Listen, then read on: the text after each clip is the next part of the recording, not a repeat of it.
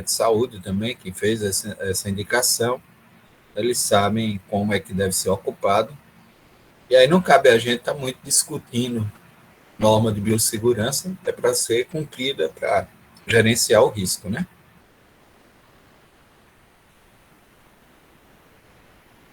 Pronto, Daniel, vamos começar.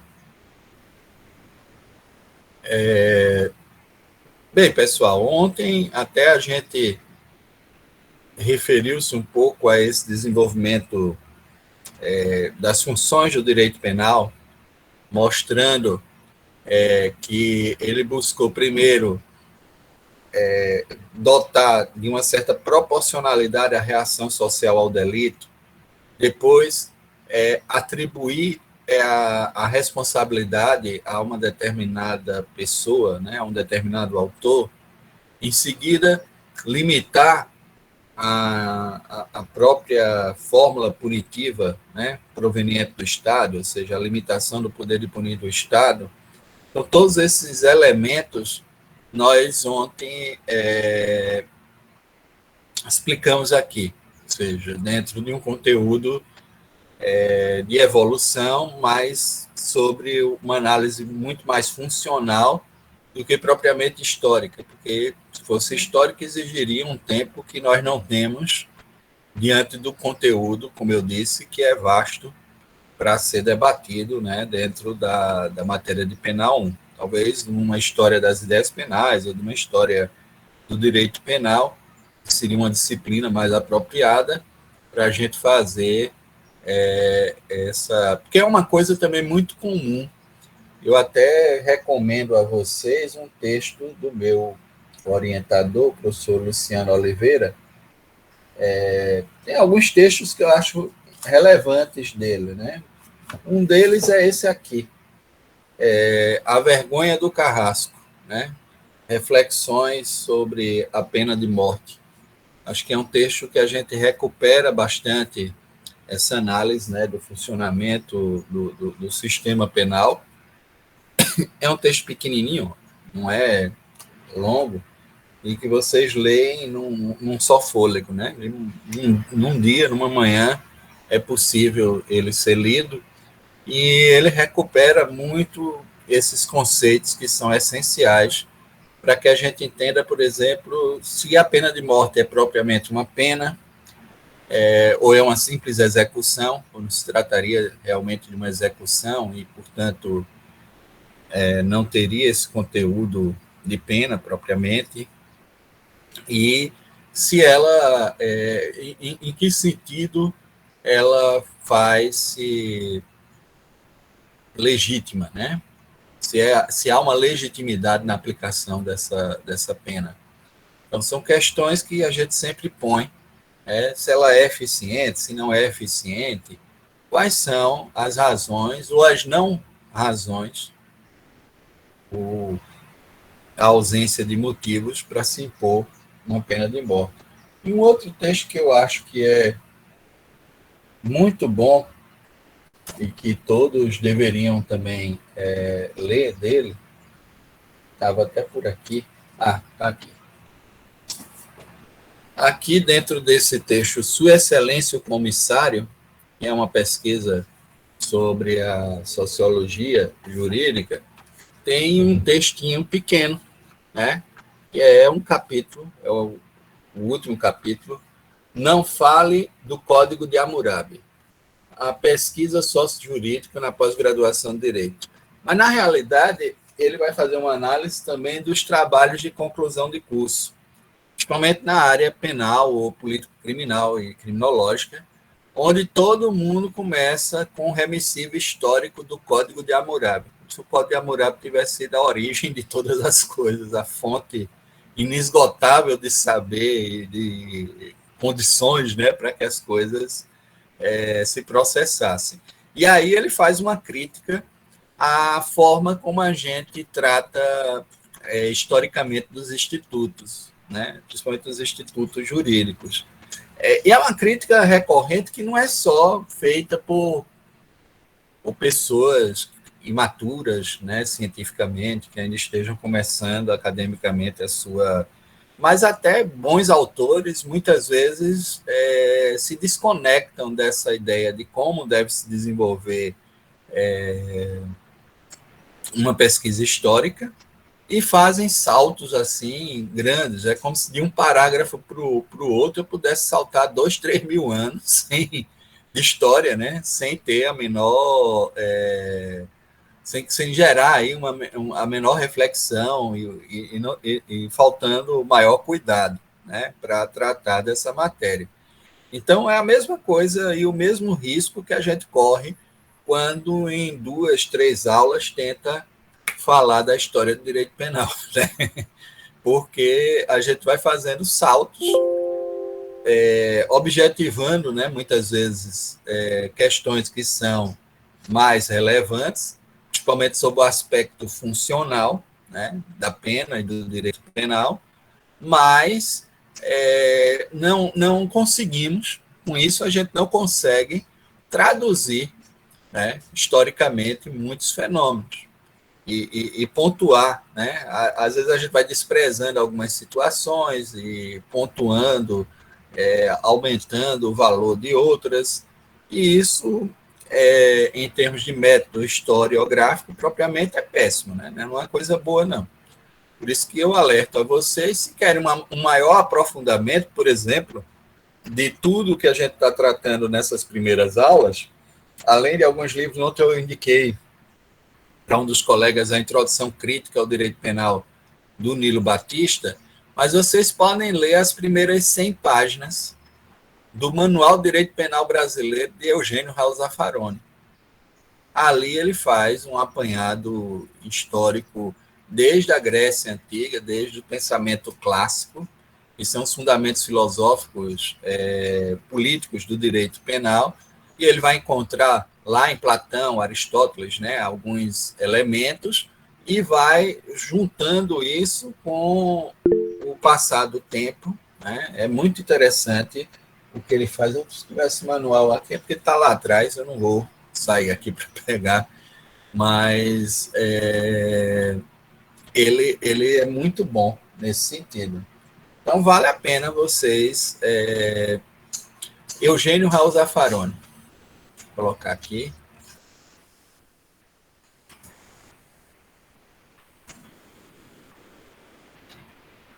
E pegar os textos que vocês puderem de Zaffaroni, que são muito bons, né?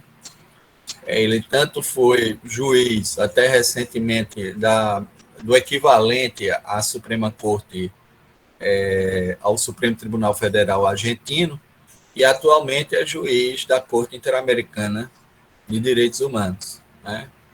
Ficou muito bem representada lá o Eugênio Raul Zaffaroni, além de, obviamente, ser um dos maiores penalistas, né, latino-americanos dos últimos 30 anos. A gente tem uma obra, só o Tratado de Direito Penal dele, tem mais de 12 volumes, ou seja, um tratado extenso. E quem quiser baixar, agora aqui no Brasil, ele escreveu junto a um desembargador do Tribunal de Justiça de São Paulo, José Henrique Perangeli, o Manual do Direito Penal Brasileiro, que é publicado pela RT. Então, há sempre publicações repetidas. Eu temo em fazer uma indicação do Zaffaroni, porque o texto do Zaffaroni é um texto que exige um certo aprofundamento. E, às vezes, vocês estão tendo o primeiro contato com a disciplina, podem se assustar com alguns conteúdos, né? E isso não é muito didático. Mas aqueles que queiram se aprofundar, que queiram fazer uma leitura mais aprofundada desse fenômeno, né, e da história do direito penal, eu recomendo essa introdução aí, que tem umas 110, 111 páginas, onde ele vai fazer todo esse apanhado, tá certo? Então, essa seria a primeira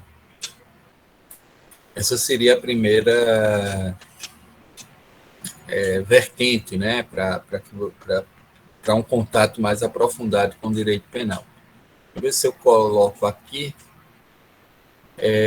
Vejam vocês que trabalhando dentro dessa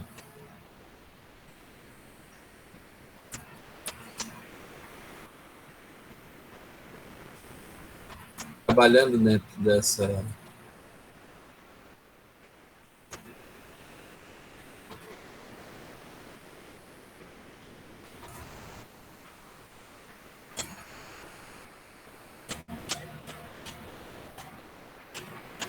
abrir aqui.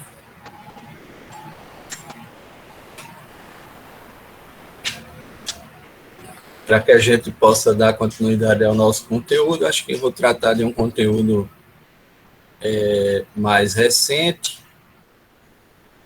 mas que permite a gente compreender algumas questões relacionadas a esse fenômeno histórico que se vincula à conformação do direito penal como hoje nós concebemos. E me parece que partir do direito penal canônico pode ser arbitrário, né? Pode ser uma escolha arbitrária, porque a gente poderia tratar de vários outros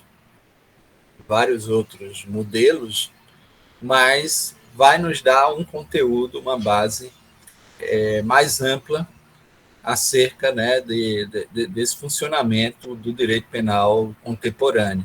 Né? A gente também vai entender um pouco quais ideias contribuíram, uma história das ideias, quais ideias contribuíram para a construção do direito penal como hoje nós concebemos. O que eu queria dizer que isso não é lide, por exemplo, a leitura de um texto que para mim é básico no direito penal, é até mais relevante, porque eu falo no Zaffaroni para vocês terem esse contato historiográfico, né? Mas é imprescindível um estudante de direito penal ler um texto clássico que vocês baixam em qualquer dos delitos e das penas, né, de Beccari. Esse texto é necessário porque tem todo o programa político criminal da contemporaneidade e faz e se coloca numa oposição a fatos ou fenômenos do ancião regime, né, do regime do princípio autoritário, que era o regime que vigorava, então, até o iluminismo jurídico penal. Então, essa discussão sobre o iluminismo jurídico penal, eu reputo, né, essencial para vocês todos. Inclusive, eu tenho também um texto que a gente publicou no ano passado, Ética, Direito Penal e Mercado, onde no capítulo, na segunda seção, né, onde há capítulos mais voltados para essa análise histórica, né, do direito penal, seria também interessante essa consulta, né? Ali atrás, ver se eu pego aqui.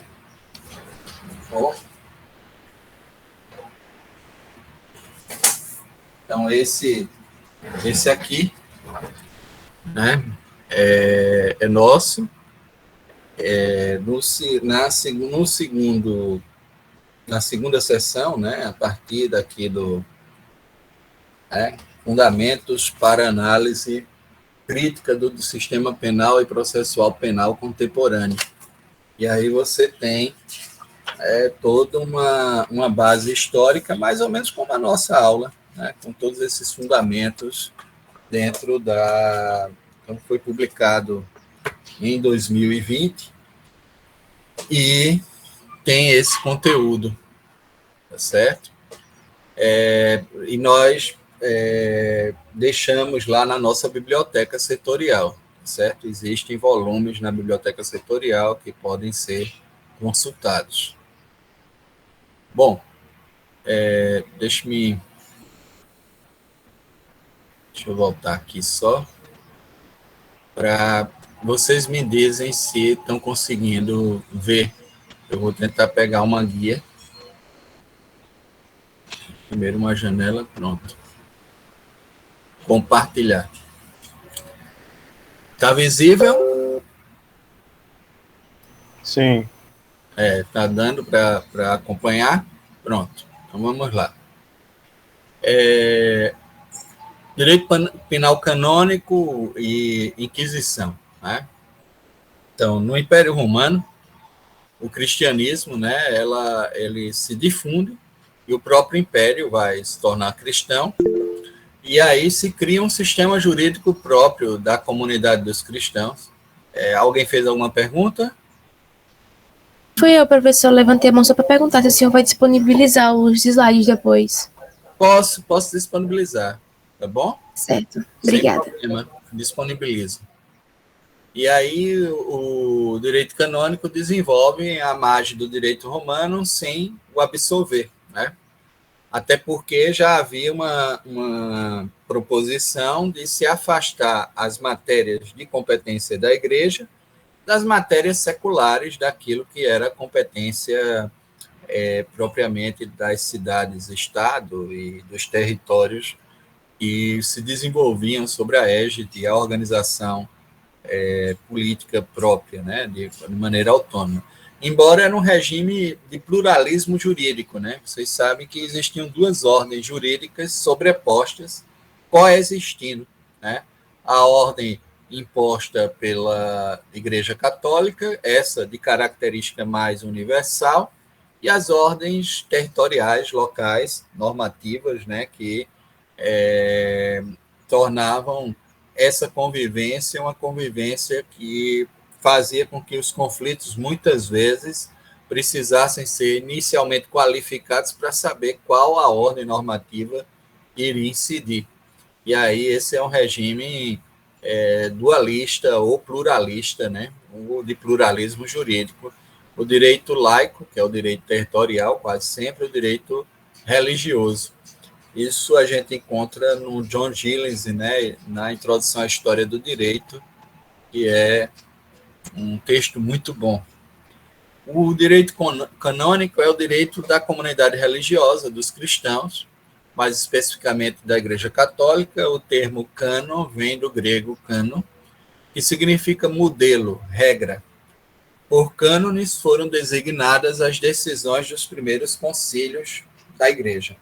Até a ideia de norma, hoje, que a gente extrai dentro dessa perspectiva de ser um projeto, do dever ser, de ser uma prescrição, um modelo, mas não necessariamente a realidade. Ela pode se converter numa realidade, ela pode determinar a realidade, mas ela ainda não é a realidade, né? Ou seja, a realidade está noutra dimensão que pode, em alguns momentos, até ser desviante ou não cumprir com esse modelo. A difusão do direito canônico deve-se especialmente às seguintes condições, né? Primeira, o caráter universal da Igreja. Entre os séculos 8 a 15, a religião cristã impôs-se por toda a Europa, sobretudo a Europa Ocidental. É importante falarmos que os últimos convertidos foram exatamente essas tribos eslavas do norte, né, os vikings, normandos, e isso eles eram inicialmente tratados como pagãos, né, e portanto houve todo um trabalho, né, para essa expansão, né, do cristianismo. Durante a maior parte da Idade Média foi o único direito escrito, é um outro fator, porque os documentos da Igreja, eles produzidos nos concílios, né, sobretudo, hoje nas Constitutio Papae, ou seja, que eram normas do Papa na organização, né, da própria Igreja, do funcionamento da Igreja, eles eram arquivados, né, difundidos, né, por todos os ambientes da Igreja, principalmente os episcopados, as abadias, e isso era documentado, era escrito, né?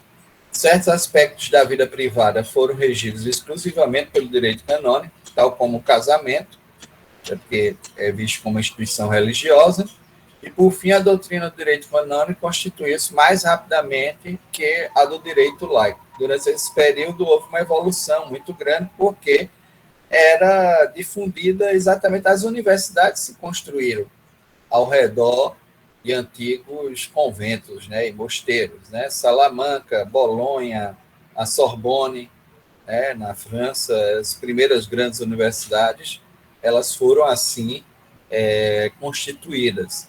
E, portanto, nós temos claramente a evolução dessa dogmática e da doutrina referente a ela. Então, qual a diferença entre o direito canônico e outros direitos de origem religiosa, como o hindu, o hebraico, o muçulmano? Porque na doutrina cristã a noção de direito foi reconhecida, enquanto para muçulmanos, hindus e hebreus o direito ainda se confunde com as regras religiosas, rituais, morais. Portanto, eles não constituíram, eles não dissociaram essas normas divinas, elas são propriamente práticas de fé, enquanto na doutrina cristã construiu-se mais rapidamente, de maneira racional, principalmente pela influência de Agostinho, de Tomás de Aquino, de Abelardo e outros autores importantes que foram separando essa concepção e criando racionalmente esse conceito do direito. A igreja sempre admitiu uma dualidade de sistemas, e é coisa que, entre os muçulmanos, ainda hoje há países que aplicam no campo penal a Sharia. Eu estou orientando agora uma aluna que está falando exatamente sobre os crimes, isso no mestrado, sobre os crimes contra a dignidade sexual, né, praticados e dentro da Sharia muçulmana, e como isso interfere na liberdade das mulheres, na autonomia e no reconhecimento do gênero, né, dentro desse contexto, né? Como ela morou algum tempo, né, fora do país e teve contato com essas culturas, tem sido muito interessante. Recentemente, até não sei se vocês viram, no Irã, houve uma situação terrível de uma menina com 17 anos que não queria mais a convivência com o marido, tentou fugir, o pai conseguiu recapturá-la, trouxe ela e exigiu que a dívida de sangue, né, que fosse imposta a pena, e a pena nesses casos para as mulheres que não se submetem é a decapitação. Ela foi decapitada publicamente e o marido andou com a cabeça dela pelas ruas da cidade. Isso é terrível, mas está lá na Sharia muçulmana, né? Óbvio que houve uma comoção nacional e essas pessoas foram presas, mas há uma discussão porque o direito religioso deles permite isso, né? Então está tendo um debate que se criou, porque ainda que haja uma ocidentalização, né, de parte do funcionamento político e estatal iraniano, existe ainda um debate muito intenso, porque as pessoas querem manter essas tradições e acham que isso faz parte do funcionamento normal, né, desses povos. Então, essa a dificuldade que você tem para lidar, né, nesses contextos. Desta forma, o direito canônico continua vivo, apesar da secularização das instituições. Ainda hoje se aplica, no âmbito da Igreja Católica, o Código Canônico, que foi publicado, né, no início do século XX.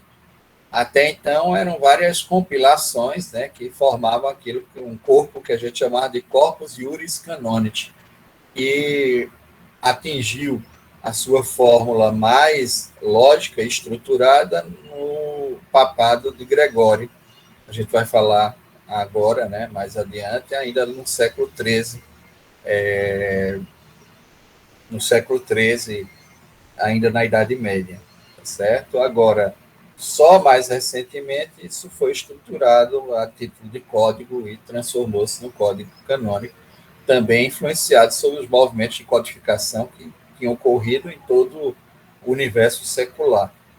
Bom, e em numerosos países o direito canônico continua a reger relações entre os membros da comunidade cristã. uma vez que estes se lhe submetem voluntariamente. Em alguns países, certas matérias de direito privado, sobretudo o casamento e o divórcio, continuam submetidas ao direito canônico, como, por exemplo, a Irlanda. A Irlanda continua dentro dessa ótica, submetendo essa análise. Os tribunais eclesiásticos, desde as epístolas de Paulo, era aconselhado aos cristãos resolverem seus conflitos por intermédio da conciliação. Todavia, quando esta fracassasse, deveriam submeter a querela à arbitragem da comunidade cristã, aceitando a decisão tomada por esta. Para o membro que não se submetesse à decisão tomada pela comunidade cristã, aplicar-se-ia a sanção suprema, que era a excomunhão, que na realidade é a exclusão do membro dessa comunidade. Ele era excluído, perdia a proteção da comunidade cristã. Né? Fazendo uma equiparação, é tipo a pena que era recorrentemente aplicada nas tribos germânicas da perda da paz. Na realidade, com a perda da paz, que era aplicada a um sujeito, ele poderia ser morto por qualquer membro da comunidade e perderia a proteção, a segurança dessa comunidade. Aí se recolhia na floresta, né, fugia para as florestas, e ali ficava como um pária, como alguém que a qualquer instante poderia, inclusive, sofrer uma execução sumária. Então, a perda da paz era uma perda da proteção da comunidade, já que a sociedade e a comunidade são fontes de gerenciamento de risco e de proteção, de segurança, né, para o convívio humano. Bom, a partir de 313, né, depois de Cristo, né, o imperador Constantino favoreceu o desenvolvimento da jurisdição episcopal, essa é a primeira grande jurisdição, e aí vai aí se formando, né, permitindo às partes submeter-se à jurisdição do seu bispo e conferindo à decisão episcopal o mesmo valor da decisão de um julgamento. E aí o bispo passa a ser o magistrado, né, e tratando das matérias referentes à competência do direito canônico. Ainda no século IV, os imperadores reconhecem a competência exclusiva da jurisdição episcopal para as infrações, aí a questão dos desvios, de ordem religiosa ou espiritual.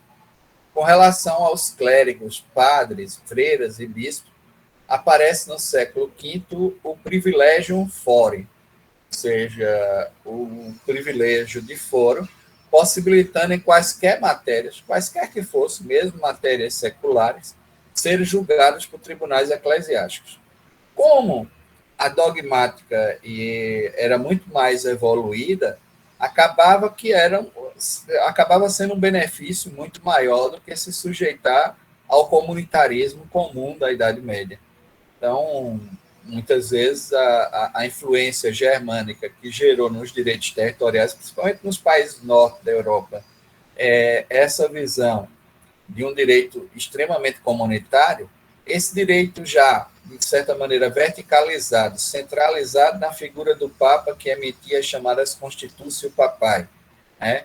Que é uma fonte, se você vai ler o Quentin Skinner, ele vai dizer que é uma das fontes do pensamento político moderno, um dos fundamentos que gera a própria modernidade, essa perspectiva de como a igreja normatizava esse seu cotidiano. E aí, padres, freiras e bispos, muitas vezes, preferiam usar desse artifício do privilégio do foro, porque ficavam submetidos a tribunais que tinham um plano mais racional para lidar com as informações, com as provas que eram carreadas aos autos. Né? Não era, por exemplo, o direito bárbaro era pelo contrário, era o direito territorial e bárbaro que aplicava os ordalhos, sobretudo, né? As provas divinas, porque já era um costume germânico antigo, que provinha da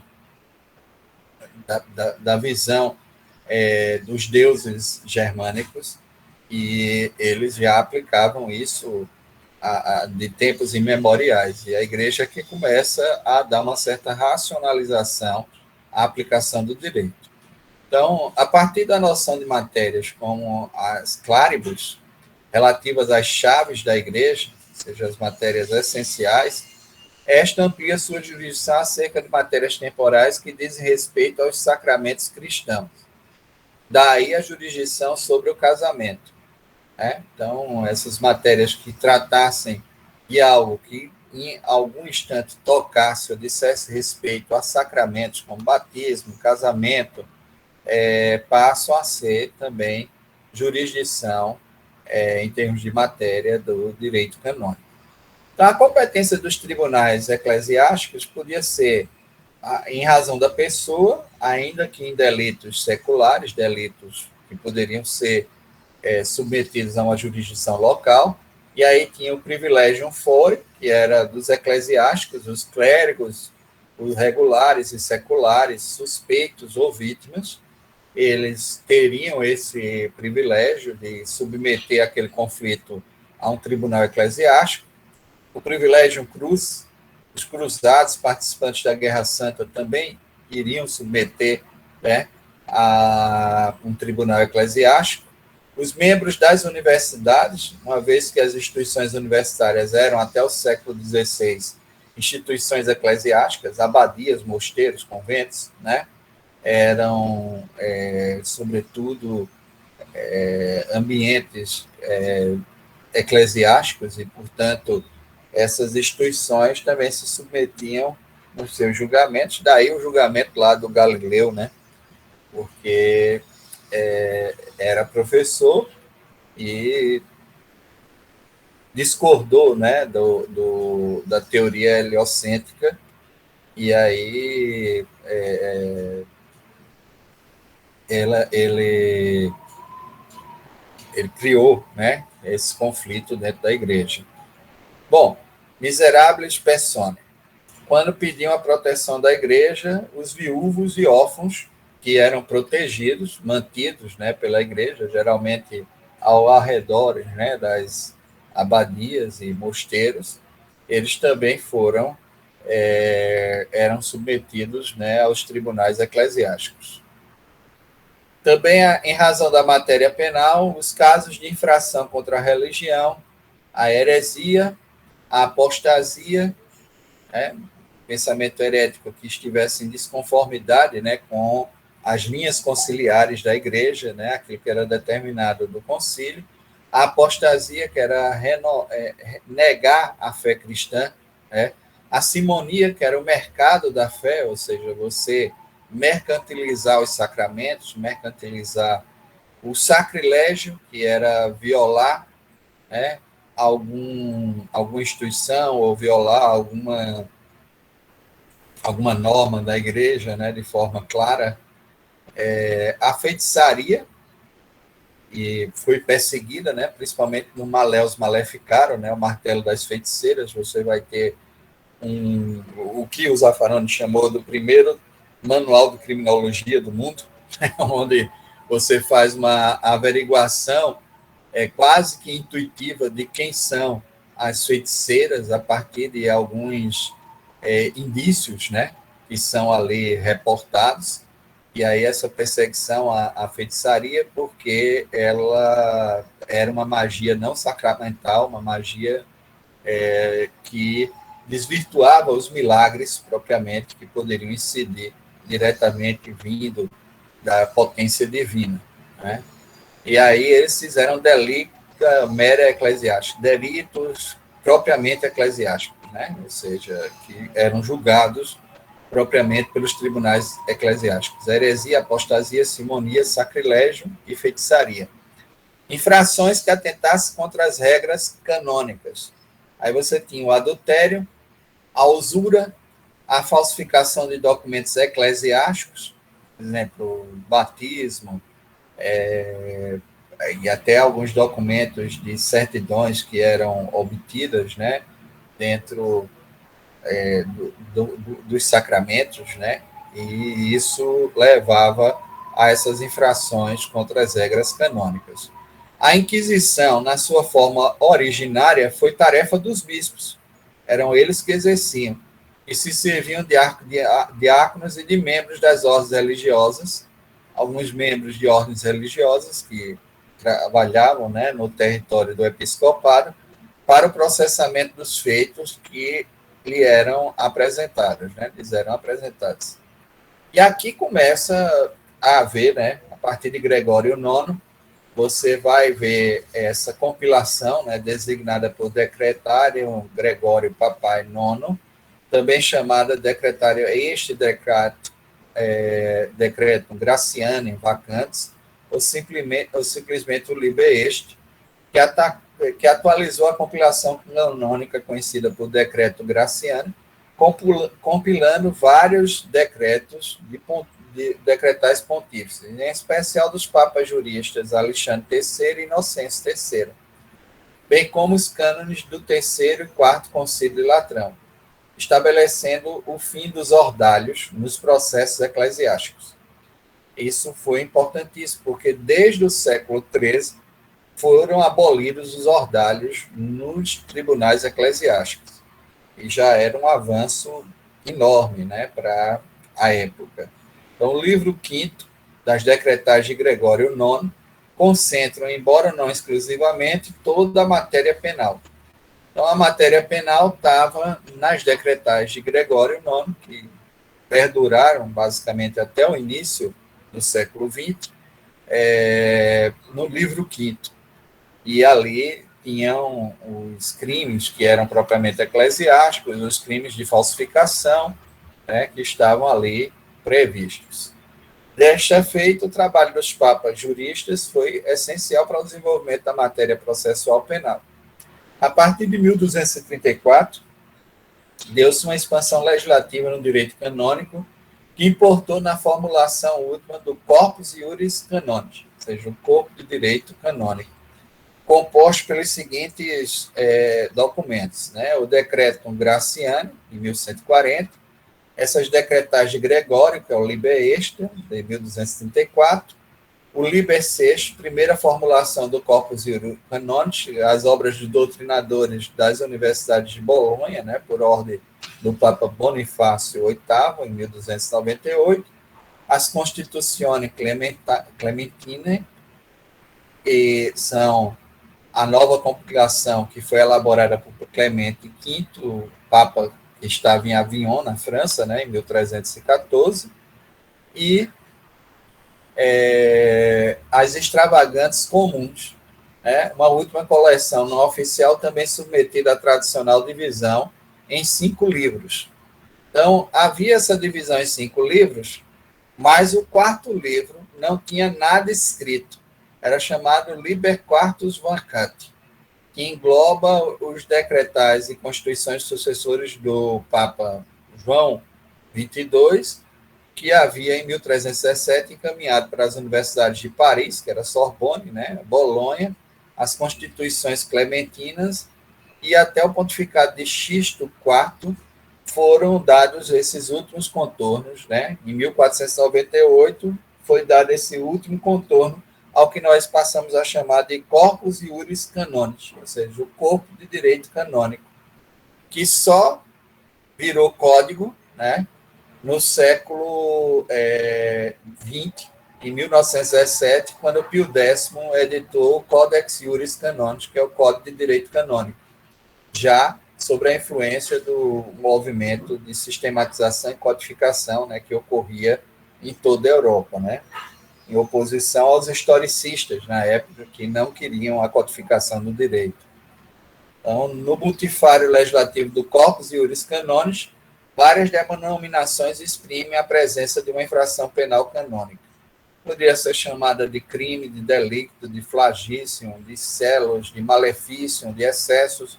Essas são as denominações dadas e que não havia, em princípio, qualquer diferenciação. Como a gente vai ver, alguns ordenamentos jurídicos penais têm uma diferença entre delitos e crimes e delitos. No caso brasileiro, não. Nós temos uma classificação bipartida, né?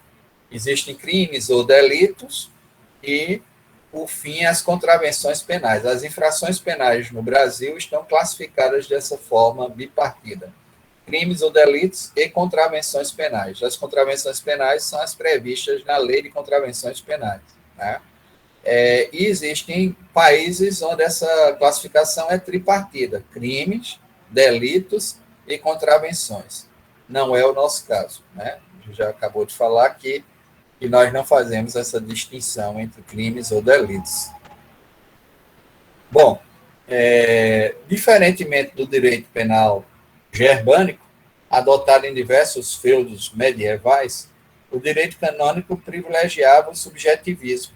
E aí vem a questão da responsabilidade individual, subjetiva. E isso é relevante porque já no século XX, muitos autores vão dizer que houve uma influência grande da doutrina judaico-cristã para a constituição, seja dos direitos humanos, como propriamente dos direitos individuais. Porque quem vai construir essa noção do indivíduo dotado, né, que foi ao longo dos séculos, porque nesse período aí não existia esse indivíduo. Esse indivíduo é uma invenção de 200 anos para cá, no contexto da maior parte do Ocidente.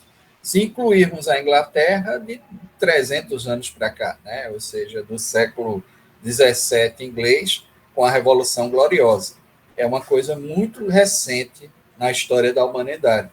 Essa construção desse subjetivismo, tanto que as responsabilidades, às vezes, eram atribuídas de forma bem objetiva. E esse campo da ideia também da culpabilidade, de criar responsabilidade individual, dela ser subjetiva, é uma herança do direito penal canônico. Né? Então, é importante a gente classificar isso. Né? Importantes com as condições pessoais do autor da conduta, né? No subjetivismo moral. Daí a influência marcante da teoria de Tomás de Aquino, né? São Tomás de Aquino, em especial dos conceitos do Tratado sobre os Atos Humanos, que é integrante da segunda parte da Suma Teológica sobre as doutrinas finalistas e funcionalistas de direito penal. Tenho ali essa Suma Teológica, vocês podem adquirir, tem uma publicação com uma tradução muito boa da editora Vozes, que faz até a remissão, em algumas passagens, ao original latim, em latim, se for necessário. Esta subjetividade deveria ser comprovada pela presença do dolo, essa perspectiva da intencionalidade, do querer praticar, acompanhado do atributo da maldade. Obviamente, esse dolo ainda não era o dolo psíquico que a gente vai estudar agora em direito penal, mas era ainda o dolo normativo, que é o dolus malus, né? Ou da culpa, nos raros momentos de imputação culposa, aliada aos casos, ou seja, ao fato concreto que exigia um maior cuidado na ação. Outro sim, a imputabilidade também vinha atrelada ao campo da vontade, de maneira que vícios de formação da vontade poderiam tornar o indivíduo inimputável. Então, era uma imputabilidade muito mais vinculada à questão psíquica do que a alguma deficiência orgânica ou mental, tão somente. E aí envolvia também, desde a doença mental, mas colocava a embriaguez, o erro, e tiravam a capacidade de atribuição, né? A imputabilidade, imputação é atribuição, de atribuição da responsabilidade penal, né? Dentro dessas características. Bom, não havia um limite etário definido para a inimputabilidade, por imaturidade. Hoje nós temos, né, o nosso Código Penal, no seu artigo 27, adota os 18 anos, e a Constituição da República Federativa do Brasil, no artigo 228 da Constituição, também prevê os 18 anos como o início da responsabilidade penal. Né? Nós temos essa previsão. Mas eles usavam doutrinariamente o critério romano. A irresponsabilidade absoluta do infante, que era qualquer pessoa até os 7 anos de idade, e relativa até a maturidade sexual, fixada em 14 anos para os meninos, 12 anos para as mulheres. Ou seja, a partir dos 14, as pessoas eram plenamente responsáveis, né, no contexto do direito romano clássico e também do direito penal canônico. E 12 anos para as mulheres. A partir dos 12 anos, as mulheres também. Agora, lembrem-se que era um período onde a expectativa de vida das pessoas não passava 40 anos. Aliás, a pessoa como eu agora, né, com quase 50, já era considerado um idoso, já era velhinho. Né? Então, essa perspectiva da Idade Média era bem aí. Então, isso também levava a uma maturação e uma necessidade de entrar na vida pública, tanto que com 14, com 12 anos, as mulheres já podiam casar, né? Então, isso também refletia na forma como as pessoas vivenciavam, né, esse período. Uma outra característica do direito penal canônico é o fenômeno conhecido como a ilicitude contínua, compreendendo que nenhum ato ou pensamento humano é indiferente à antinomia bem e mal existente no universo. Assim, as condutas e pensamentos humanos, isso, de certa forma, vai se repetir dentro do pensamento racional kantiano, dizendo que o homem tem uma autonomia moral que o faz de tal forma agir que pode tornar quaisquer das suas ações conforme as leis universais. E também leva à não instrumentalização do homem, ou seja, de que o homem tem uma capacidade e uma autonomia de pensamento, de reflexão, que o torna responsável. Acaba se repetindo num texto muito interessante da Hannah Arendt, né? Responsabilidade e julgamento. É um texto bom, né, para discutir o kantismo nessa questão, onde essa responsabilidade advém exatamente dessa capacidade de se escrever a nossa conduta dentro dessa ordem universal. Bom, então, o processo penal canônico ele podia se desenvolver de 3 formas, né? Tribus modus procede. Por 3 formas se pode proceder, se pode processar, né? Por acusação, por denunciação e por inquisição. Eram essas as 3 formas. Então, existia, sim, no âmbito do processo penal canônico, o acusatório, mas o acusatório acabava sendo evitado pelas questões que a gente vai aqui expressar. Então, desde 1215, o Quarto Concílio Latrão, vejam que isso acaba influenciando também muito a gente, porque se a gente observa, ainda hoje a gente faz processamentos por denúncia e por inquisição, mas na parte investigativa, né? Sobretudo na parte dos inquéritos. E aí existem, às vezes, até as chamadas denúncias anônimas que deveriam sumir num Estado democrático de direito, uma vez que se tornam elementos, às vezes, de perseguição e nós sabemos de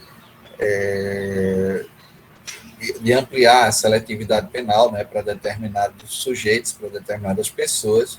A Inquisição, ela foi uma das formas, né, de processo. Hoje, ela é usada ainda no método investigativo, ou seja, as investigações elas se desenvolvem, muitas vezes, por fatores inquisitoriais. Né?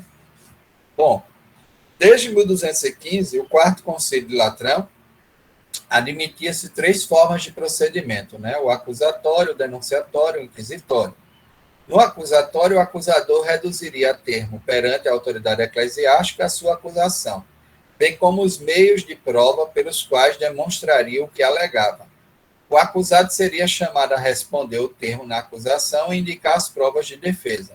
Nesse sistema, o acusador que não provasse suas alegações sofreria exatamente a pena que demandava para o acusado. E aí começou-se, portanto, a restringir o processo acusatório, porque era, nesse caso, melhor denunciar, né? Você faz a denúncia, porque quem assume a acusação e que concentra os papéis é o inquisidor.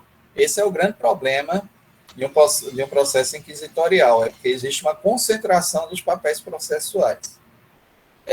No sistema denunciatório, o fato delituoso seria levado ao conhecimento do juiz, que deveria inicialmente proceder uma espécie de advertência correcional, que é a chamada caritativa admonício. Conforme a gravidade do fato, ou a obstinação do denunciado, se ele se mantivesse, né, nessa prática, proceder-se à instrução criminal conforme um modelo inquisitorial.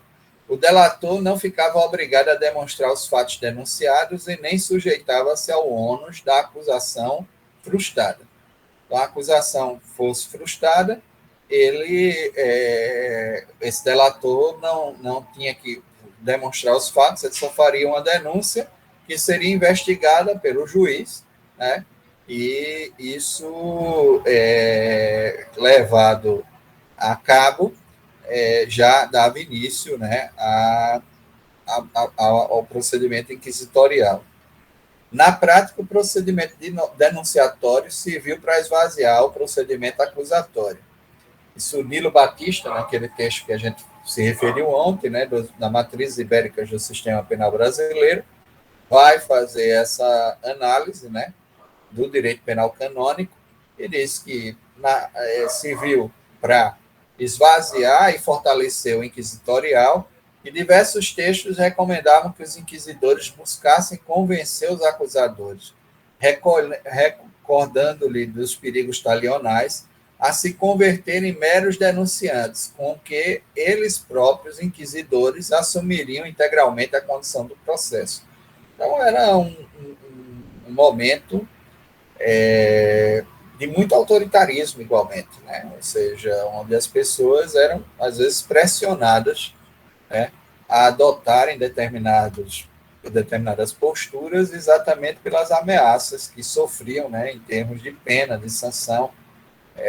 Havia uma intimidação, né, nesse cenário, o que fazia com que houvesse uma ruptura, né, do modelo acusatório, que era conhecido desde a antiguidade.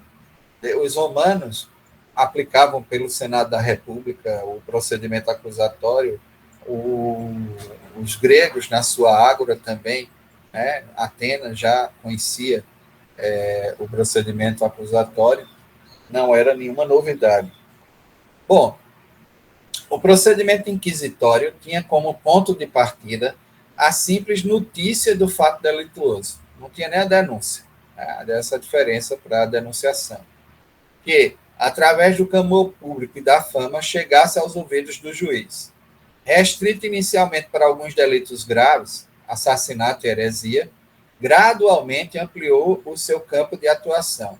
Distinguia-se em inquisitio generalis, ampla investigação feita em determinada circunscrição territorial para apurar informações sobre rumores e suspeitas de crimes, e inquisitio specialis, que apurava o concreto cometimento de determinado crime. Eu gosto muito do filme, eu acho que, se vocês puderem assistir, para recordar, né, algumas coisas, é O Nome da Rosa, que tem, ele mostra mais ou menos como é que funcionavam essas investigações, né, e as aplicações das sanções posteriormente, né, foi muito bem descrito por Humberto Eco, que é o autor do livro, né? O livro também é fantástico, eu acho o livro muito melhor do que o filme, né? Mas o filme também foi bom, né? Com Sean Connery, né?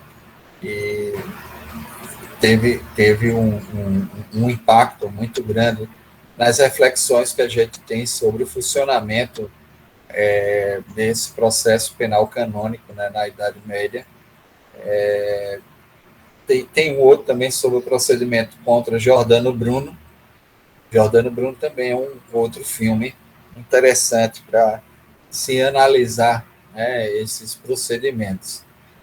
E aí você vai ter essa investigação ampla, quando não se tem, né, uma noção, e aí você apura informações e rumores de crimes, né, e que existem especiais que já apura concretamente um determinado crime que foi cometido por um certo autor. Bom, no procedimento inquisitório existe uma fusão da figura do acusador e do juiz. Na realidade, até do acusador, do juiz e do advogado, porque no final ele também vai fazer a defesa ou se pronunciar em nome da defesa, quando a defesa fica, a gente vai ver por quê, né? E foi regulamentado por Inocêncio III com base nos cânones do Quarto Concílio de Latrão. 1215. Em 1252, havia, através da bula Ad Stirpanda, Inocêncio IV autorizou a prática da tortura enquanto instrumento investigatório para a confissão e investigação de cúmplice, o tormento in capite aliena, que era também factível para as testemunhas.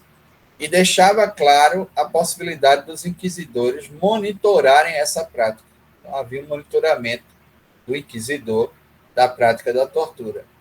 Em 1298, Bonifácio VIII estabelece o procedimento sumário e secreto da Inquisição, estabelecendo que o nome do suspeito das testemunhas fosse mantido em segredo junto ao bispo. E aí esse sigilo prejudicava, sobretudo, a defesa ou as condições. O sujeito, às vezes, estava sendo investigado sem saber, né? Tinha nem noção de que contra ele paravam essa... Ainda hoje, os inquéritos policiais começam assim, né? Mas depois deve-se obter o depoimento e a declaração do suspeito para poder dali se principiar, né, o indiciamento, se for o caso, ou não. Assim, o defensor do réu conheceria o teor dos depoimentos, mas não a identidade dos depoentes. Isso também era grave. E que se mantém ainda hoje, né, algumas questões com relação ao anonimato que a Constituição veda, mas que várias jurisprudências acabam preservando, porque dizem que é uma necessidade de proteção às testemunhas. Tem suas razões no combate às organizações criminosas, mas não tem razão alguma. Aí é uma questão da proporcionalidade nos casos concretos, né, nas demais situações. Não seria necessário nomear defensor ao réu, caso houvesse suspeição grave ou confissão da parte dele. E aí a confissão imperando, né, como rainha das provas. Por sua vez, o defensor é escolhido pelo próprio inquisidor. O inquisidor é quem nomeava, né, um advogado dativo, basicamente, mas sempre visto como um obstáculo à celeridade processal e à proclamação da sentença. Qualquer semelhança com o estado atual, a gente tira aí as conclusões, né? Se a confissão ocorresse no decorrer do processo, o defensor probo insuspeito deveria renunciar à causa, do contrário, quem indevidamente defendesse pessoa suspeita de uma heresia torna a si próprio defensor daquela heresia. Ainda hoje é a história, advogado ladrão é ladrão, né? O advogado não pode estar ali em conformação ou buscando a conformação do processo à lei ou à Constituição, que é o que normalmente deve ser feito por parte do advogado, mesmo para alguém confesse. Há atualmente um filme na Netflix, né, que vocês poderiam assistir, que é o Mauritano, que trata exatamente de duas advogadas norte-americanas que defenderam um dos acusados daquele ataque terrorista, de ter gerenciado aquele ataque terrorista que ocorreu nas Torres Gêmeas norte-americanas. E o quanto isso foi difícil, porque elas também sofreram represália do público norte-americano, né? Tiveram uma série de restrições que foram impostas, e ainda assim a ideia era defender a preservação dos princípios da Constituição, que houvesse um devido processo legal naquela hipótese, ou seja, que o procedimento seguisse os parâmetros legais e não aquela situação esdrúxula que estava se observando com o sujeito preso em Guantánamo, né, onde era submetido à tortura e etc., né, diariamente. Isso realmente foi um elemento importante, né, nessa... Diante de tantas restrições à defesa, não causa estranheza que um jurista do século XIII tenha passado a vida inteira pesquisando assuntos criminais e declarou nunca ter observado, pelo uso do procedimento inquisitório, ter sido algum réu absolvido. qualquer semelhança hoje em dia também com alguns procedimentos, né, que a gente, infelizmente, mantém, que não seguem o modelo garantista, né, do devido processo legal, é complicado, né? Mesmo quando liberado do Santo Ofício, esta decisão era rebus sic stantibus, ou seja, não era uma decisão terminativa, extintiva da punibilidade de maneira definitiva, mas sempre conforme, sempre passível de algum tipo de revisão, de ser revisada, conforme o estado das coisas naquele instante, né? E, portanto, uma decisão bem apta, né, a esse tipo de revisão. Bom, ou seja, o processo era suspenso até que boatos novos viessem a permitir a continuidade da investigação. Na verdade, o cara só ficava livre provisoriamente, né? Bom, o principal objetivo da Inquisição foi o combate às heresias, que poderiam desconcertar o mundo católico e sua hegemonia na Europa Ocidental.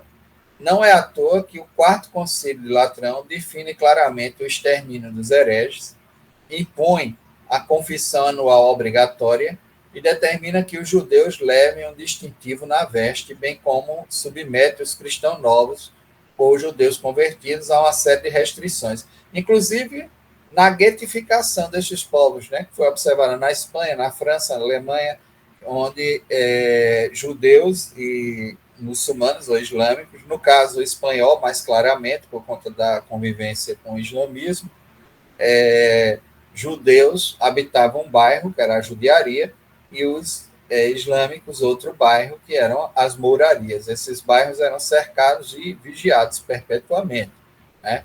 Então, isso criava uma disciplina de vida muito estranha para os chamados indivíduos estranhos à comunidade, né, dentro dessa relação. Bom, a experiência da Inquisição nos permite compreender que o dogmatismo legal, com sua aversão ao pluralismo moral, é condição necessária para a criminalização do diferente e o controle social com fundamento ético. Os mecanismos que usam o delito de heresia aos projetos políticos do papado ainda são observados hoje em conjunturas mais claramente politizadas. Eu diria até que a política criminal antidrogas, como hoje ela é processada, que tem muito mais fundamento num discurso moral do que em algo material, né, em análise objetiva, né, de danos, ela é uma política que termina aprofundando, né, mecanismos autoritários, né, e gera esse tipo de aversão e causa uma perseguição a esses novos hereges, nessa guerra aos hereges, né? Então, os judeus foram assim perseguidos sobre os nazistas, os socialistas sobre os regimes militares do Cone Sul, os traficantes de drogas e os terroristas, segundo a perspectiva norte-americana. E isso nós mantemos, né, dentro de uma série de estruturas que o direito penal continua funcionando dessa mesma forma. A pena dos hereges deveria contemplar, além da excomunhão, a pena de morte. Como previu Tomás de Aquino, o mais respeitado teólogo católico, a excomunhão não é suficiente para o herético, devendo mesmo ser exterminado. Para o doutor da igreja, se o moedeiro falso, que apenas afeta a vida temporal, e a época, né, era muito defendido as moedas dos feudos, né, e dos territórios, e aí afetava essa vida temporal, está sujeito à pena de morte, com muito mais razão, o herege que falsifica a fé deve ser morto, tão logo condenado. Distinguia-se o heresiarca, aquele que publicamente inventa, formula ou predica uma heresia, dos hereges secretos, que não se pronunciavam sobre suas heresias. Após a condenação, distingue-se em hereges impertinentes ou pertinentes, né, que, mesmo condenados, recusam abjurar seus erros, devendo ser executados. Daqueles penitentes que, uma vez condenados, abjuram a heresia e se purgam pelas penitências impostas. Se o herege penitente volta a reincidir no erro, será considerado relapso. O Papa Lúcio III estabeleceu em 1184 que o relapso deveria ser automaticamente executado sem necessidade de novo processo. Depois de Gregório IX, ao relapso seria aplicada a pena de prisão perpétua. E aí tem até os hereges, assim, seriam submetidos a autos de fé e publicamente executados. Conta-se que na Península Ibérica, no início do século XIV, entre 1312 e 1314, vários autos de fé foram realizados, onde por volta de 20 mil hereges foram queimados vivos.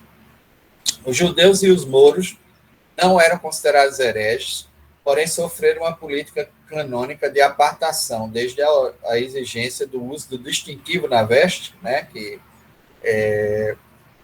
definia quem eram essas pessoas, a fixação da residência em espaço territorial separado, denominado judiaria ou mouraria.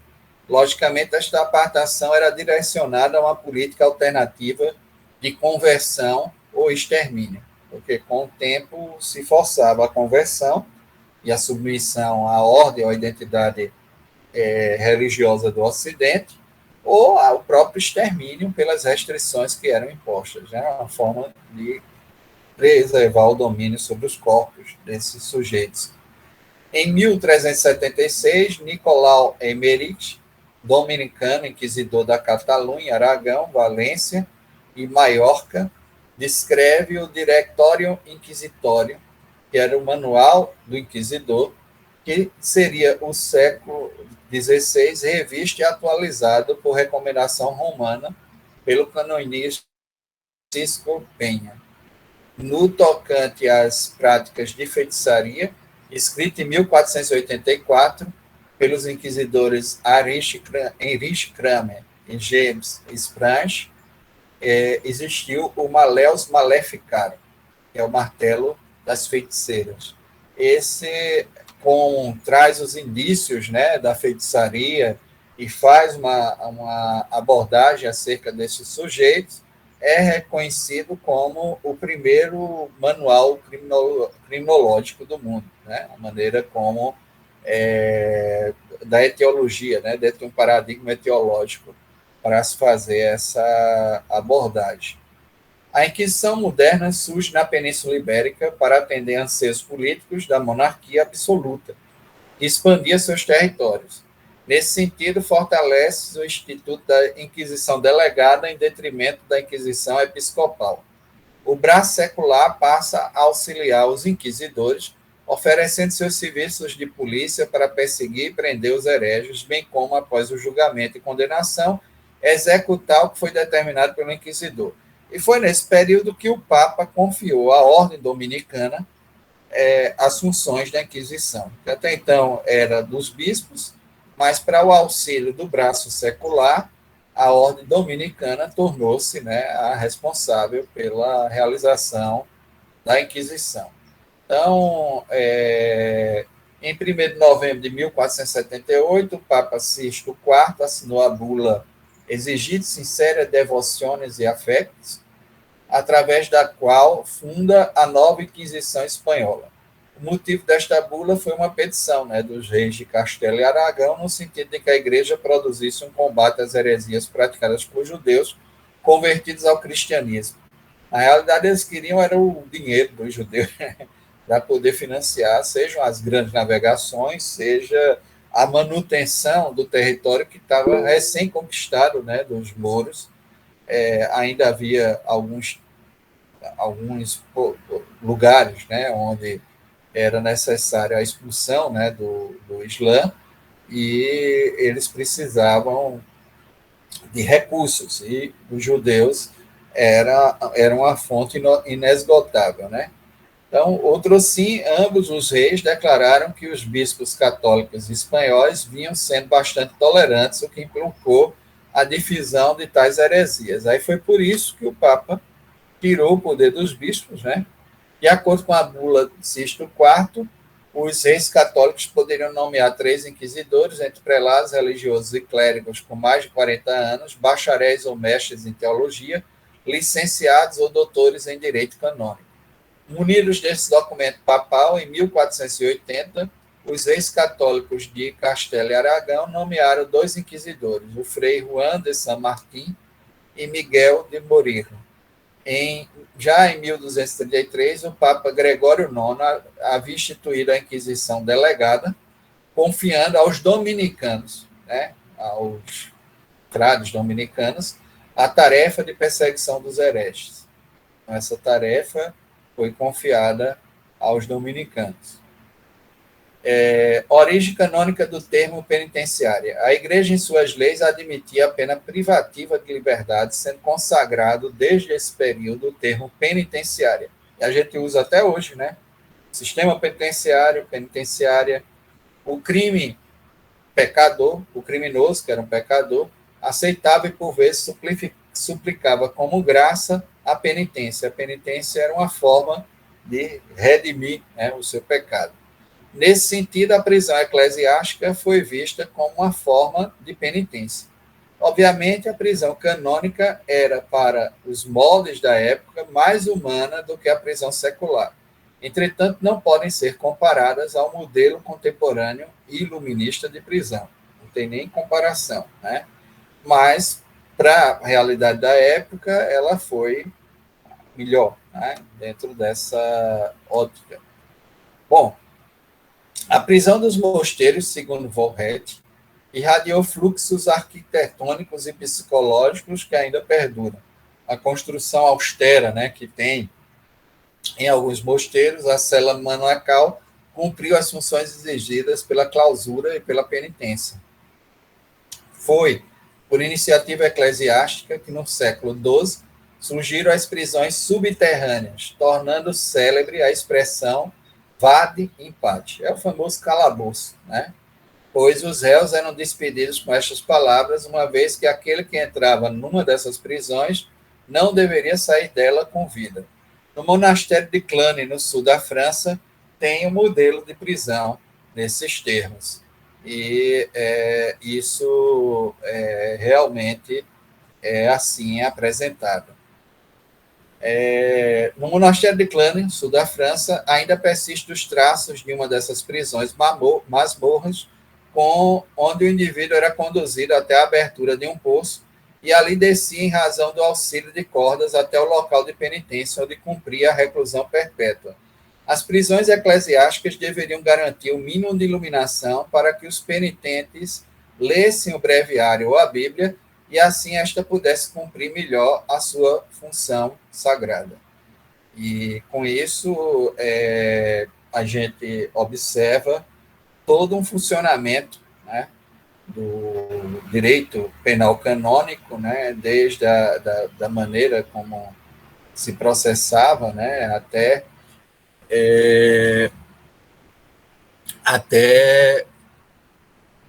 a ideia propriamente como funcionava. Agora que eu estou vendo aqui que vocês colocaram, Clara colocou que horrível. Qual foi a passagem horrível, Clara? Eu sei que tudo é assustador, mas se a gente observar dentro das dimensões históricas, sim, a ideia nos dias atuais, isso mesmo no Irã, causou uma comoção nacional e a população, a maioria, pediu a prisão, mas entrou em choque com as lideranças religiosas. Imagina porque ainda há o fundamentalismo religioso lá, né? Então, a população achou aberrante aquilo e pediram providências e o governo acabou prendendo, mas a Sharia existe e fica complexo porque eles não aboliram, e aí, para abolir, vai causar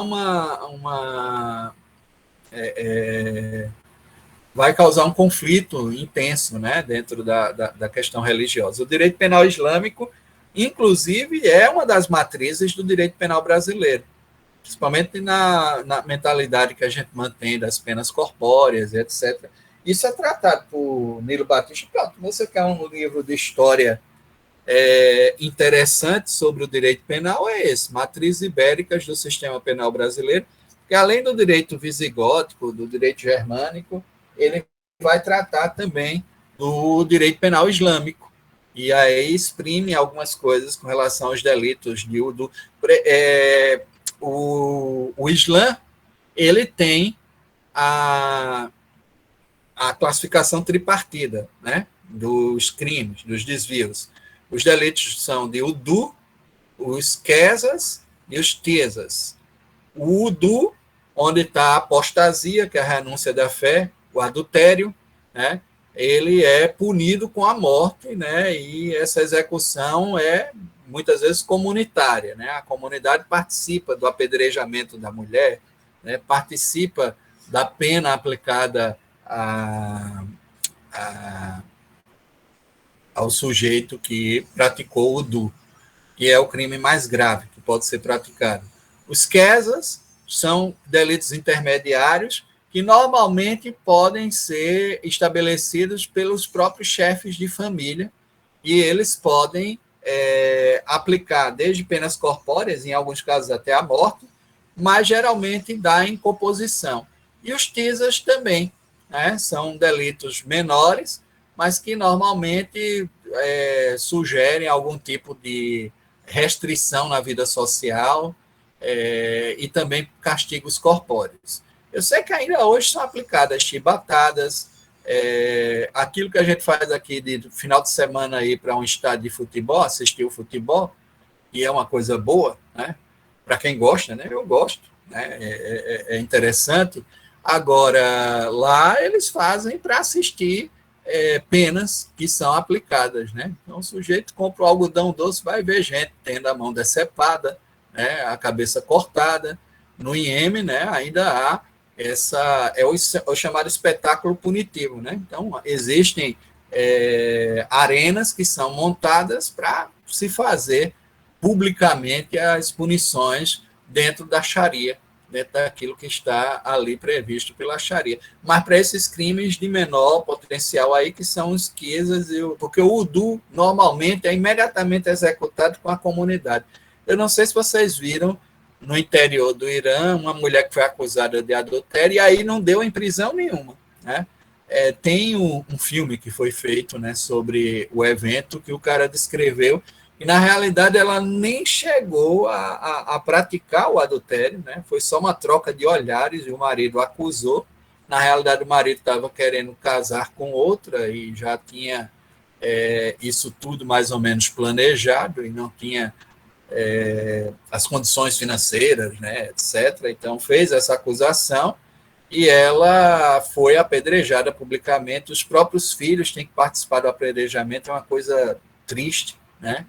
Como isso se procede, e o corpo é enterrado até a metade, né, assim, e você tem a cabeça colocada para ser apedrejada, e o filme mostra isso, e todo mundo fica bem chocado, né, com o que ocorreu, né. Eu não me lembro agora o nome do filme, mas depois vocês podem buscar, né, porque é exatamente uma forma de se condenar essas práticas no mundo contemporâneo, no mundo atual. Me parece que, ainda que algo tenha sido descrito como necessário pela Sharia muçulmana lá no século VII, né? Que é quando há a expansão islâmica, século VII depois de Cristo, é preciso a gente fazer uma interpretação do contexto atual. E é interessante também uma coisa, existe um feminismo islâmico, é isso que a colega de vocês que está fazendo, que discute bastante isso, ou seja, sem fugir da fé e das crenças deles, que são também muito positivas sobre a humanidade, essa ideia comum da religião, de que não faça ao outro aquilo que você não quer que seja feito a você, está presente no islamismo. E também a perspectiva do amor ao próximo. E o respeito também pelas mulheres, que elas tentam alertar, né? O profeta Maomé, tinha uma grande admiração por Maria, que ele chamava de Miriam, que era a mãe de Cristo, né? Cristo era o profeta, e aí ele quase que cultuava, fazia algumas orações para Miriam também, que era Maria. Miriam é Maria no árabe, né? E aí, isso é muito interessante. Se ao mesmo tempo eles têm essa adoração a algumas mulheres que transformaram o mundo, que agiram no mundo, né, e que produziram coisas importantes, convivem com esse outro tipo de situação. E o que é que essas feministas islâmicas, né, sempre é uma coisa meio estranha, né, a gente falar nisso, no feminismo islâmico. O que é que elas têm buscado?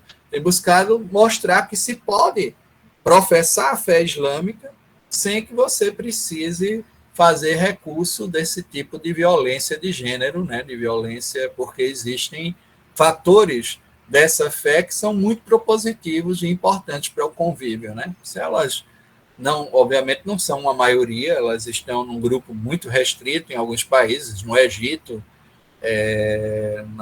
na Jordânia, são países que têm uma maior característica, que avançaram mais também nas suas instituições e têm conseguido separar, né, as instituições seculares do direito religioso.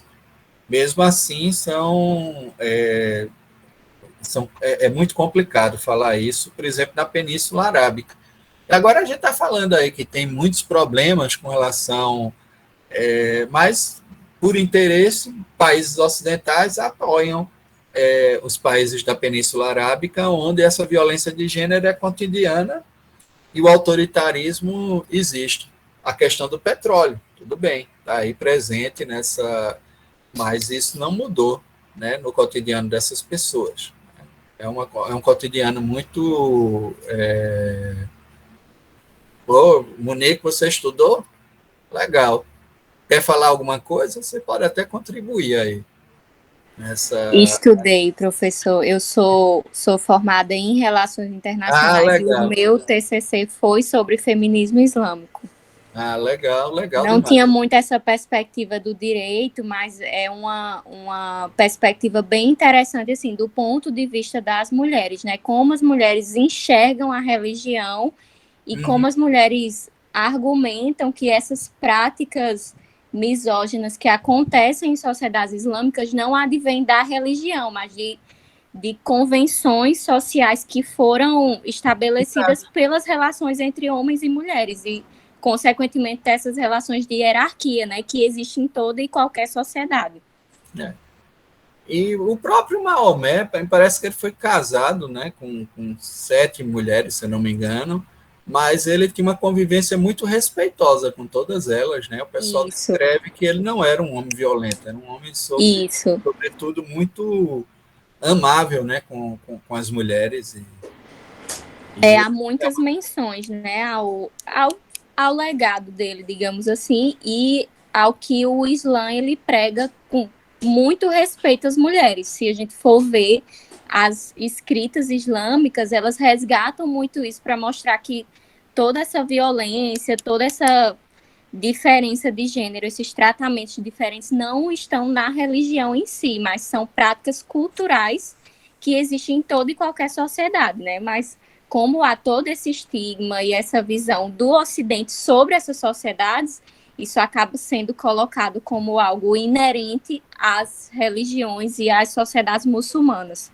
E a gente fica chocado com isso que ocorreu no Irã, mas o país onde há um conteúdo cotidiano de violência de gênero, de crimes contra as mulheres, o país que tem estatisticamente o maior volume de feminicídio é o Brasil. Então, nós estamos dentro de uma situação que é complexa, ou seja, países que têm a Sharia, que em tese tem uma violência aí até positivada em algumas regras religiosas, não cometem o volume de assassinatos de mulheres e de crimes contra a mulher que o Brasil comete. E muita gente discute sobre a questão da mutilação genital feminina, né, nessas sociedades muçulmanas. Sim, também como se fosse algo legitimado pela religião, quando na verdade não é. é muito interessante porque há esse debate, né, das mulheres se colocando, isso aqui não é legitimado pela religião que eu pratico, mas a sociedade entende assim, entende dessa forma, porque há, como em toda religião, os extremistas que seguem uma vertente muito específica da religião que não necessariamente condiz com o que a maioria pratica ou segue, ou mesmo com o que está nos escritos, né, sagrados. É verdade. Pois então, foi importante a sua contribuição. Alguém quer falar mais alguma coisa? Eu só vou contar professor. Tinha um senhor, eu vi uma reportagem uma vez de um senhor aqui no Rio Grande do Norte. Ele morava com mais de 10 mulheres, e o que eu achei interessante, que era tudo junto, tudo amiga, e os filhos eram primos, sobrinhos, tudo da mesma mulher, era tudo parente. E o mais interessante, que era uma pessoa humilde, vivia, tinha uma terrinha, e dentro dessa terrinha todo mundo trabalhava e ele criava todo mundo. Aí um dia fizeram uma festa, mas era menino com força, os filhos, ele já com filho de 30, 40 anos, e era uma família tudo unida. Eu achei muito interessante isso. Eu vi uma reportagem uma vez. Essa questão da poligamia é porque, diga-se de passagem, a gente também tem uma certa influência africana, né, que ainda hoje se mantém.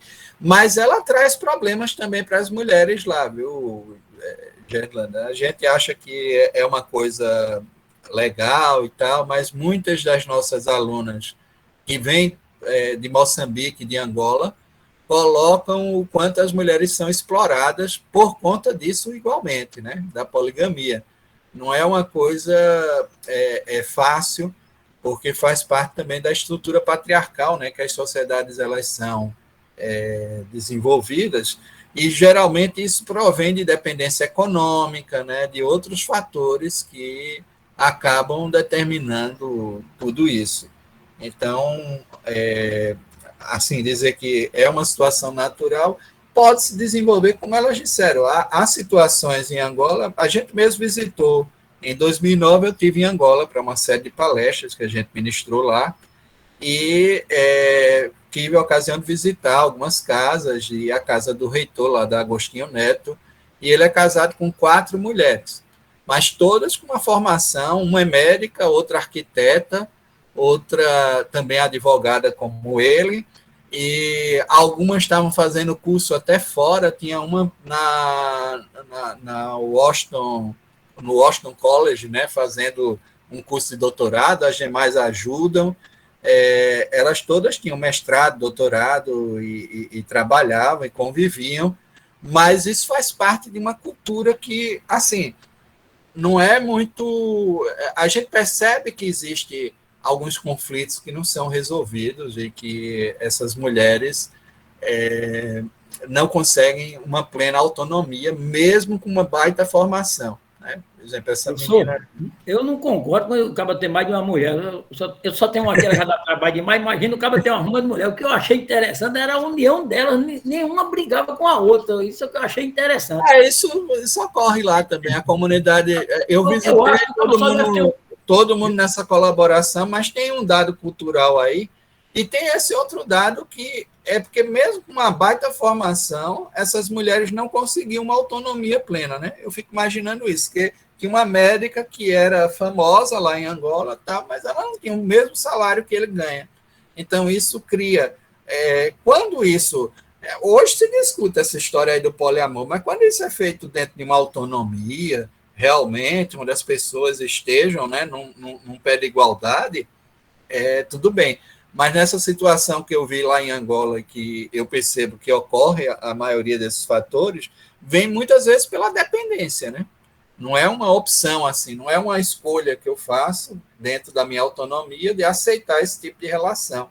Essa relação vem porque eu tenho uma dependência econômica, eu vou ficar sempre dependente, ainda que eu tenha uma formação maravilhosa, mulher formada em medicina por uma universidade europeia, que atuava em Angola, mas não recebe o mesmo salário que um camarada, e isso me parece injusto, sabe?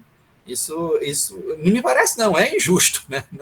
É injusto, com certeza. Eu acho que todo mundo tem que ganhar igual, tanto homem como a mulher, ninguém pode ganhar mais, tem que ser igual, a igualdade tem que existir. Quando isso vem dessas estruturas que são culturais e econômicas, não me parece adequado, né, a gente falar em termos de autonomia. Bom, gente, por hoje a gente pode ficar por aqui. Vou mandar os slides, né, que ajudam vocês, né, a recapturarem a aula, mas vocês entenderam a dinâmica, foi passar um elemento histórico cujo conteúdo tem muita afinidade com o que a gente vivencia hoje no direito penal, e que há vários elementos e conceitos que permitiram a construção do direito penal contemporâneo. A ideia de ser um direito escrito, de buscar uma certa sistematização, uma certa codificação, a perspectiva da responsabilidade subjetiva, a ideia da forma dos procedimentos, do julgamento, pela denunciação, pela acusação, pela inquisição. Então, tudo isso a gente recapitulando vai vendo, né, os elementos que formam, que constituem, que fundamentam o nosso direito penal. Diga aí, Ana Raquel. Está me escutando? Estou escutando. Eu queria falar um pouquinho sobre... Porque, assim, eu acompanho algumas pessoas, né, que elas são muçulmanas. Aí, elas são brasileiras e elas são muçulmanas, elas falam sobre a violência que elas sofrem, né? Toda vez que elas vão falar sobre... Porque uma delas estava na praia, aí ela falou que um cara chegou para ela e falou assim: não, tudo bem, você já pode tirar o lenço, você não está mais no seu país, sendo que ela é brasileira. E ela falou assim que elas sofrem muito. E ela disse assim que ela falou assim: eu não tenho dependência do meu marido para nada, né? E ela falou que ela começa a falar sobre o feminismo dentro do Islã no Brasil, porque o nome dela é Mariam, ela é uma influencer de São Paulo. Eu sigo ela porque eu comecei a acompanhar justamente porque eu não entendia como funcionava a realidade delas no Brasil. E ela falou o seguinte, que toda vez que ela viaja, ela sofre violência, basicamente, pela companhia aérea e pelas pessoas que estão no avião. E ela falou o seguinte: a companhia aérea, toda vez que ela vai viajar, pede para ela tirar o hijab. Sendo que, como é religiosa, ela não pode tirar o hijab. E ela falou que toda vez ela tem que explicar para a pessoa que ela não pode. E ela falou que isso é um tipo de violência, né? Você não respeitar a religião do outro. E ela falou que uma vez, dentro do avião, ela estava rezando para ter um bom voo. E a pessoa falou para ela que era para ela pediu para ela sair do avião, que ela estava desejando que o avião caísse. Sendo que a pessoa não entendia o que ela estava falando. Aí, eu fiquei pensando, me questionando o meu lugar como pessoa que está na religião do cristianismo, me colocando como se fosse no lugar dela, e se eu tivesse na posição dela de a minha religião ser questionada e como se eu estivesse desejando a morte do outro. Eu fiquei super mal quando ela falou isso. E eu fiquei pensando, aí ela pegou e falou que todos os dias ela sofre ataques nos directs dela, falando que ela pode fugir desse negócio, que ela não precisa ficar sendo enclausurada por isso, porque a religião no Brasil já está tudo bem, que o Brasil é um país livre, não sei o que. Aí ela falou: gente, as pessoas não conseguem entender, eu sou brasileira, eu nasci no Brasil. Desculpa, Daniel. Então, sorry. Tchau, professor. Tá bom. Mas muito obrigado, Ana Raquel. É mais ou menos isso, a gente tem que aprender a viver nessa diversidade, nessa pluralidade, né? Que eu também sou cristão, né? Minha família é católica, eu sou católico, me afino com os valores cristãos, né? Mas isso não me impede de buscar viver ou conviver dentro dessa diversidade humana. Eu acredito que é importante para todos nós, até por um princípio democrático, né? E você tem toda a razão naquilo que você coloca, né? De que, às vezes, a gente não para um pouco para pensar, né, sobre determinados fatos, né, e deixa passar isso sem compreender, né, esses sujeitos, essas pessoas, né? Essa ideia aí é importante que você colocou, né?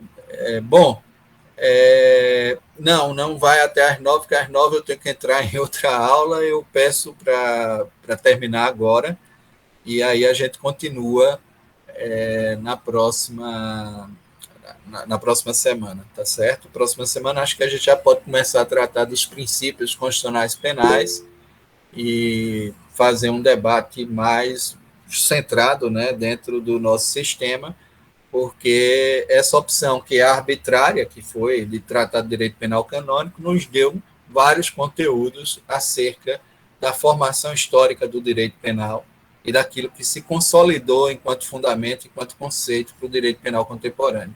Tá bom? Um abraço, obrigado por todos, foi muito bom. Bom dia, professor. Tudo de bom. Um abraço. Até mais, professor. Bom dia. Tchau, professor. Obrigada.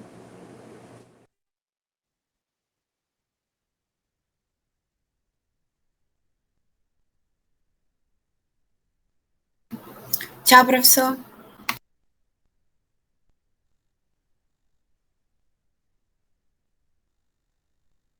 Tchau, Daniel.